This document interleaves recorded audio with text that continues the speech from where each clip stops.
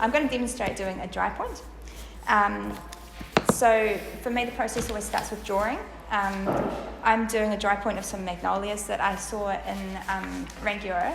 I saw these big, floppy petals in bloom after this storm, and it was amazing that they had managed to hang on. So my process involves just starting with really, really quick, rough drawings, just to get the feel of what I'm going to work with. And then I move on to doing more detailed, but still pretty quick drawings. And I've drawn a couple of the different flowers and try and get an idea of which one's going to work the best.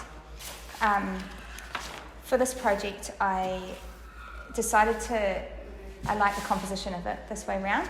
When you print something, it always goes around the other way.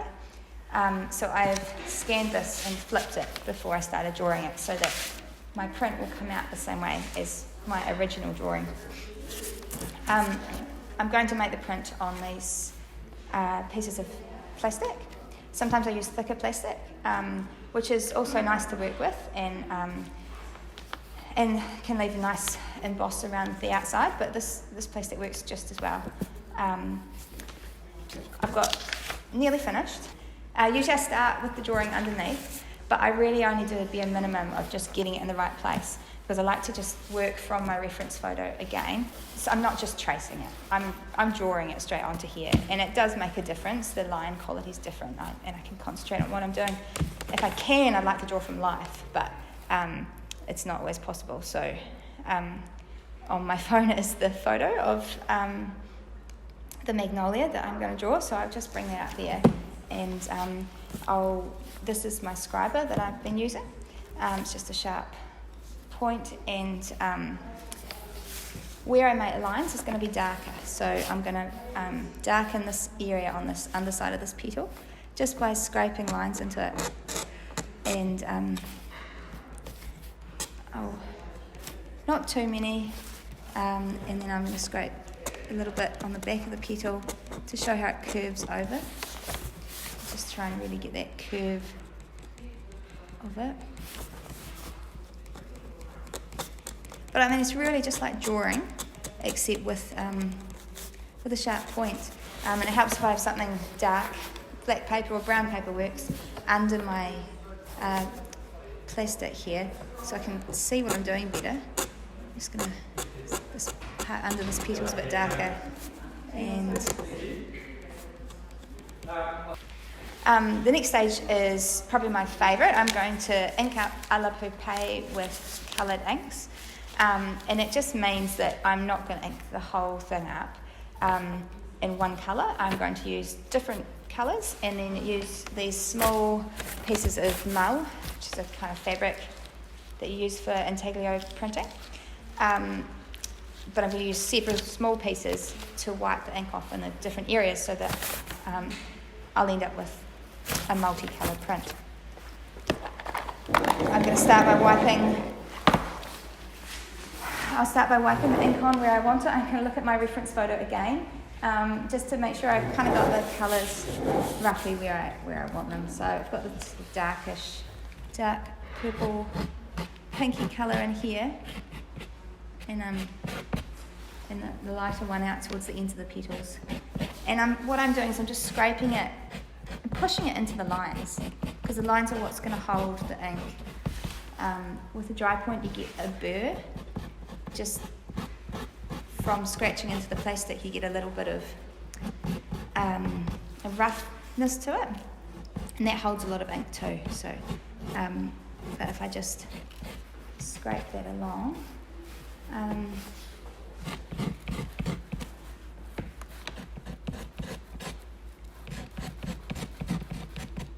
I'm trying to make sure it gets in from every side so we don't miss out one piece of it, but I'm also trying not to put it in the wrong place.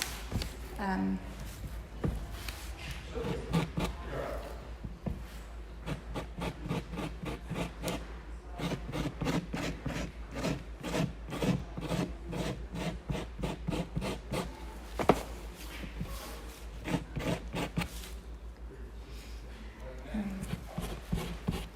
me get my photo up again.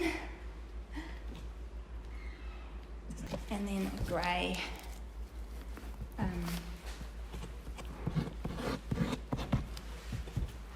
Put 2 shades of grey here, and I'm just going to put that in for that branch that it's on.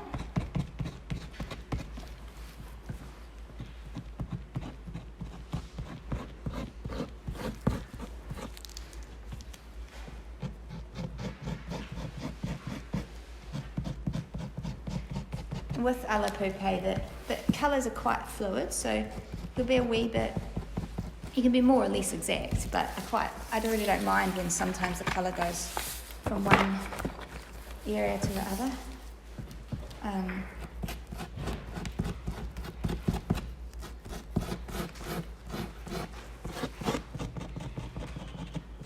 Right,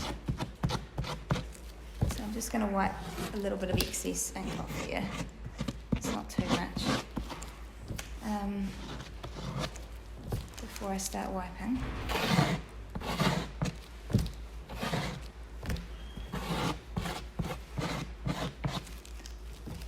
And I'm going to take my mull into a little bowl.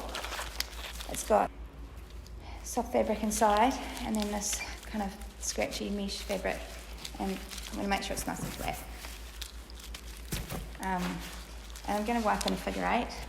The idea is I'm trying to take the ink off the surface of the print without taking it out of the lines. Off the surface of the plastic, so without taking it out of the lines. So I'm just going to gently figure 8 over the colour until I've taken off as much as I want.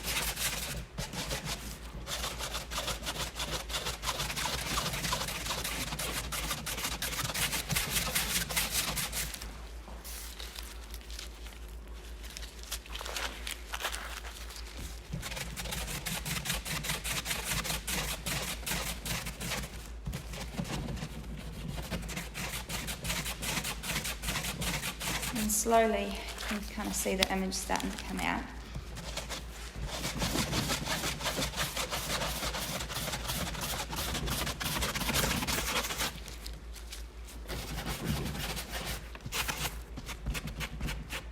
Trying to wipe that one away from the other colour there.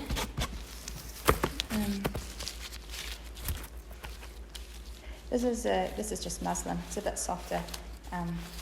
Sometimes find that it just works slightly differently, but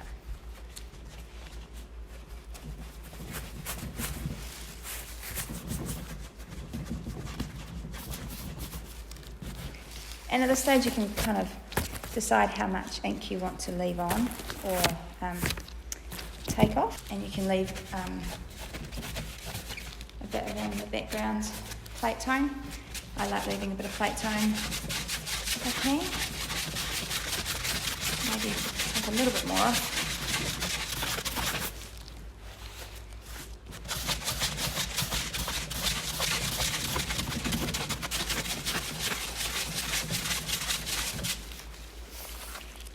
Probably one more like that.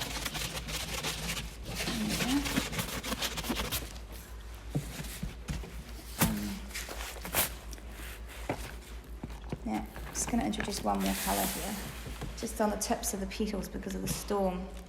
There was just a bit of,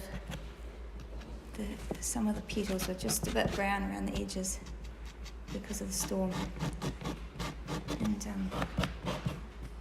I really like that. It sort of survived with something to show for having survived this storm. And it brings a little bit more colour into it too.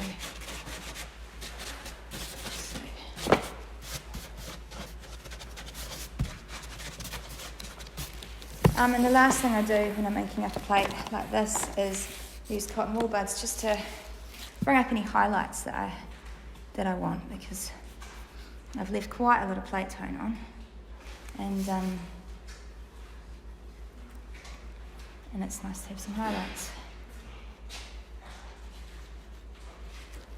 Just take a bit extra off these areas.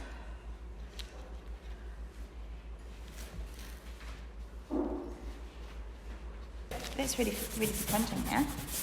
sure there's no fingerprints around the edges. Cool.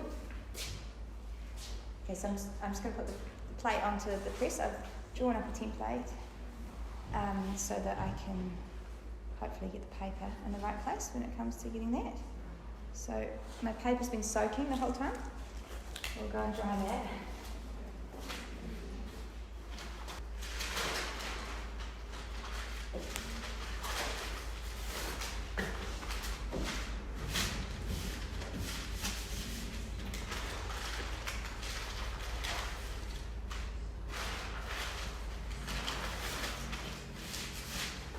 Paper.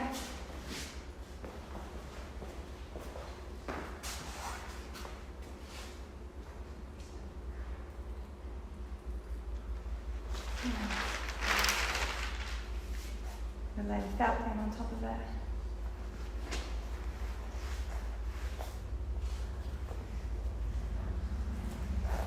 And then this is the most exciting bit really, is to see if it works.